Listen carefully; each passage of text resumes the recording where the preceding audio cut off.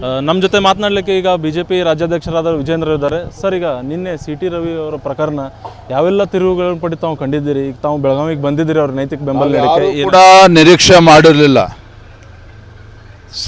ಸದನದ ಒಳಗಡೆ ಆಗಿರ್ತಕ್ಕಂಥ ಘಟನೆ ಒಂದು ಭಾಗ ಆದರೆ, ತದನಂತರದಲ್ಲಿ ರಾಜ್ಯ ಸರ್ಕಾರದ ಕುಮ್ಮಕ್ಕಿನಿಂದ ಪೊಲೀಸ್ ನಡ್ಕೊಳ್ತಾ ಇರ್ತಕ್ಕಂಥ ರೀತಿ ಇದು ಅಕ್ಷಮ್ಯ ಅಪರಾಧ. ಇವತ್ತು ಕಾನೂನನ್ನು ಕಾಪಾಡ್ತಕ್ಕಂಥವ್ರು ಇವತ್ತು ಕಾನೂನನ್ನು ಗಾಳಿಗೆ ತೂರಿ ಏನು ನಡ್ಕೊಳ್ತಾ ಇದ್ದಾರೆ, ಖಂಡಿತ ಇದು ಅಕ್ಷಮ್ಯ ಅಪರಾಧ. ಇದು ರಾಜ್ಯ ಸರ್ಕಾರದ ಒಂದು ಕುಮ್ಮಕ್ಕಿನಿಂದನೇ ದೌರ್ಜನ್ಯ ಆಗಿರ್ತಕ್ಕಂಥದ್ದು.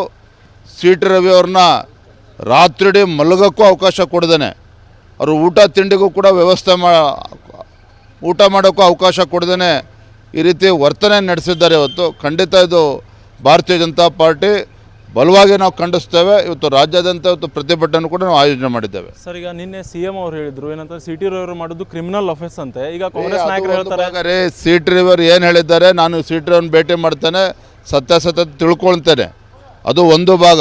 ಅದು ಆಗಿದ್ದೇ ನಿಜ ಆದರೆ ಇವತ್ತು ಸ್ಪೀಕರ್ ರೂಲಿಂಗ್ ಕೊಟ್ಟಿದ್ದಾರೆ, ಅದು ಏನಾಗುತ್ತೆ ಅದು ಕಾನೂನು, ಅದು ಒಂದು ಭಾಗ ಆಯಿತು. ಆದರೆ ಸರ್ಕಾರದ ವರ್ತನೆ ಇದನ್ನು ನಾವು ಒಪ್ಕೊಳ್ಳೋಕೆ ಸಾಧ್ಯನಾಗಾದರೆ ಯಾರಿಗೊತ್ತು ಸೇಫ್ಟಿ ಇದೆ? ಒಬ್ಬ ಜನಪ್ರತಿನಿಧಿಗೆ ಈ ರೀತಿ ಕೆಟ್ಟದಾಗ ನಡ್ಕೊಳ್ತಾರೆ ಅಂತ ಹೇಳಿದ್ರೆ ಜನಸಾಮಾನ್ಯರ ಪರಿಸ್ಥಿತಿ ಏನಾಗಾದರೆ, ಜನಸಾಮಾನ್ಯರ ಪರಿಸ್ಥಿತಿ ಏನು? ಈಗ ನಿನ್ನೆ ಅವ್ರ ಮೇಲೆ ಏನು ಪ್ರತಿಭಟನೆ ಹೋಗಿ ಅವ್ರು ಹಲ್ಲೆ ಮಾಡೋಕೆ ಏನು ಮಾಡಿರಲ್ಲ, ಅವ್ರ ವಿರುದ್ಧ ಏನಾದರೂ ಕ್ರಮ ಕೈಗೊಳ್ಳಲು ಏನು ನೀವು ಸೂಚನೆ ಕೊಡ್ತೀರಾ? ಎಲ್ಲರನ್ನೂ ಕೂಡ ಅರೆಸ್ಟ್ ಮಾಡಬೇಕು, ಅದೆಲ್ಲ ಅದ್ರ ಬಗ್ಗೆನೇ ನಾವು ಹೋರಾಟವನ್ನು ಕೂಡ ಮಾಡ್ತೇವೆ. ಎಲ್ಲ ಈಗ ಹೋಗ್ತೀನಪ್ಪ, ಅಲ್ಲಿ ಎಲ್ಲಿ ಪ್ರೊಡ್ಯೂಸ್ ಮಾಡ್ತಾರೆ ಸಿ.ಟಿ. ರವಿ ನಾನು ಕೂಡ ಅಲ್ಲಿ ಹೋಗ್ತೇನೆ. ಇದಿಷ್ಟು ವಿಜೇಂದ್ರ ಅವರ ಮಾತು. ಏನಂತಂದರೆ ಸಿ.ಟಿ. ರವಿ ಅವರಿಗೆ ನಾವು ಬೆಂಬಲ ಕೊಡ್ತೇವೆ. ಈಗ ಸರ್ಕಾರದ ವಿರುದ್ಧ ಏನಂತಂದರೆ ಎಲ್ಲ ರೀತಿಯ ಆಕ್ರೋಶವನ್ನು ಹೊರಹಾಕಿ ಮುಂದಿನ ನಡೆ ಏನಂತಂದರೆ ಅಲ್ಲಿ ಹೋಗಿ ಅವ್ರನ್ನ ಭೇಟಿ ಮಾಡುವ ಮಾತು ವಿಜೇಂದ್ರ ನಾಡಿದ್ದಾರೆ. ಕ್ಯಾಮ್ರಾ ಪರ್ಸನ್ ಸಚಿನ್ ಜೊತೆ ಸಿದ್ದೇಶ್ ಪುಟಾನೆ, ಪವರ್ ಟಿವಿ, ಬೆಳಗಾವಿ.